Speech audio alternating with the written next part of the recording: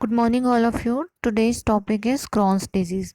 Crohn's disease is a type of inflammatory bowel disease (IBD) that may affect any segment of the GI tract from the mouth to the anus.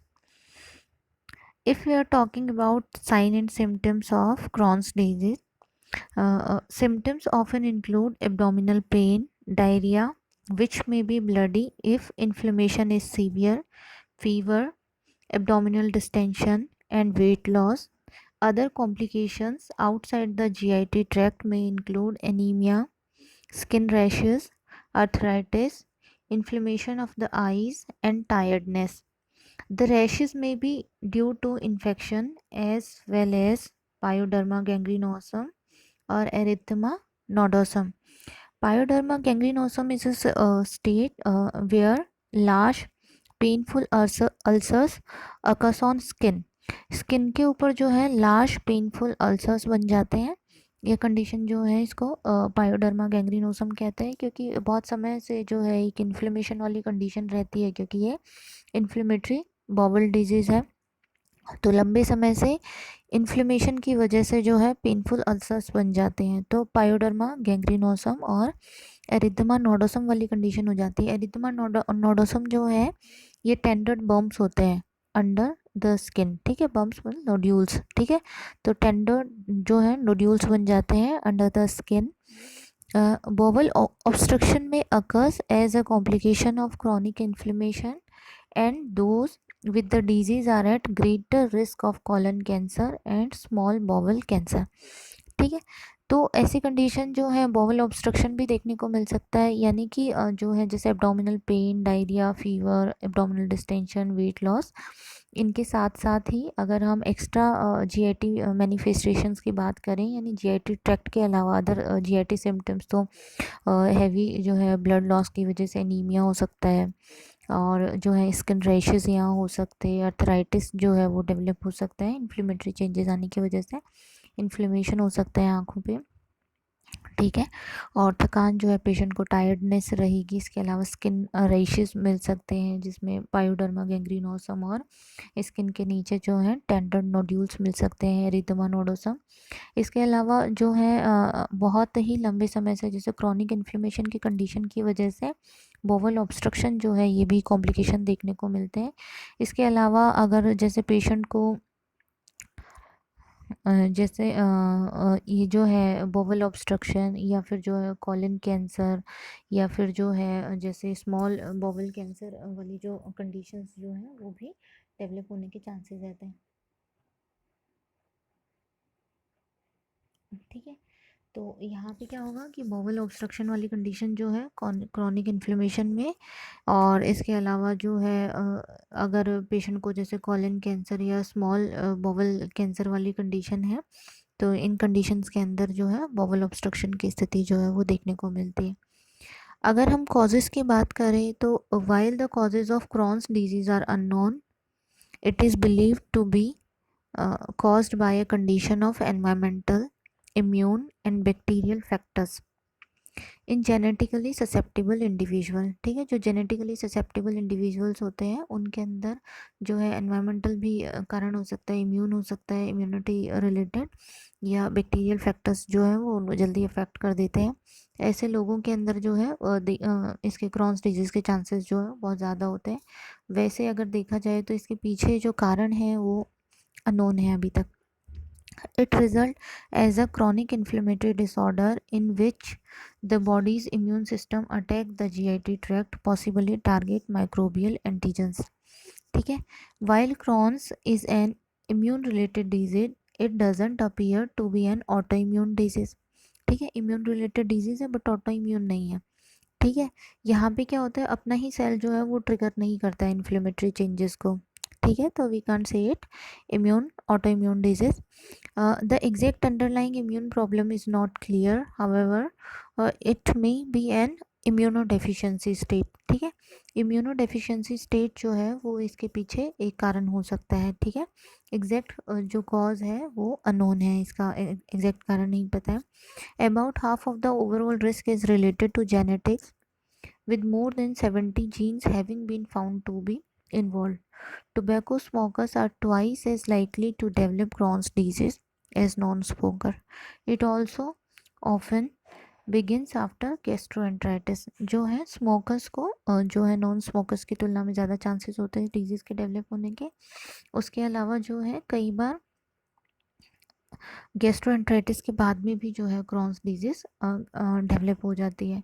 अगर हम pathophysiology की बात करें इसका जो है क्रॉन्स disease की, तो during a colonoscopy biopsies of the colon are often taken to confirm the diagnosis or certain characteristic feature of the pathology seen point towards Crohn's disease. It shows a transmural pattern of this inflammation. Transmural pattern मतलब जो involvement जो होता है colon का जो है intestine का जो इन्वॉल्वमेंट होता है वो डिसकंटिन्यूस होता है, मतलब इस सेगमेंट फॉर्म के अंदर होता है, एक सेगमेंट में होगा फिर एक सेगमेंट में होगा, इस तरीके का जो इन्वॉल्वमेंट होता है इसको ट्रांसम्यूरल पैटर्न बोला जाता है इन्फ्लेमेशन का। मीनिंग द इन्फ्लेमेशन में span the entire depth of the intestinal wall. ठीक है। Ulceration is an outcome seen in highly active disease. There is usually an abrupt transition between unaffected tissue and the ulcer, a characteristic sign known as skip lesion. Under a microscope, biopsies of the affected colon may show mucosal inflammation characterized by focal infiltration of neutrophils, a type of inflammatory cell, into the epithelium. This typically occurs in the area overlying lymphoid aggregates. These neutrophils, along with mononuclear cells, may infiltrate the crypts, leading to inflammation that is called as cryptitis or abscess, that is called as crypt abscess.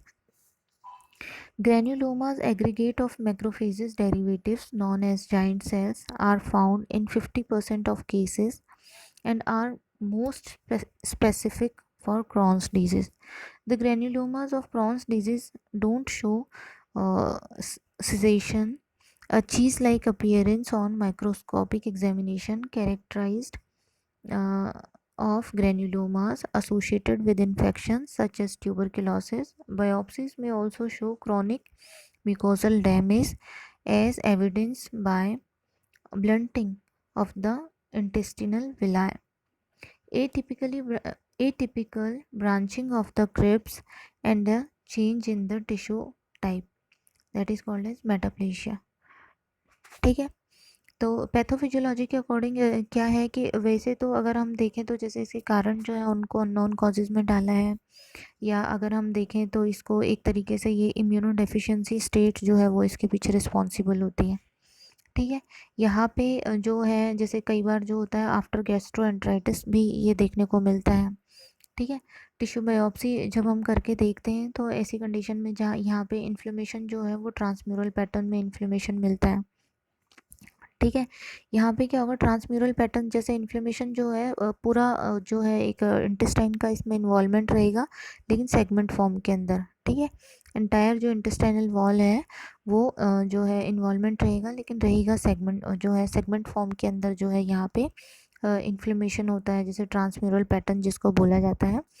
तो इसकी वजह से यहाँ पे क्या होगा कि जैसे जहाँ पे जो है इन्फ्लेमेशन जो है बहुत अपनी ये के जो होता है ना चरम पे होता है।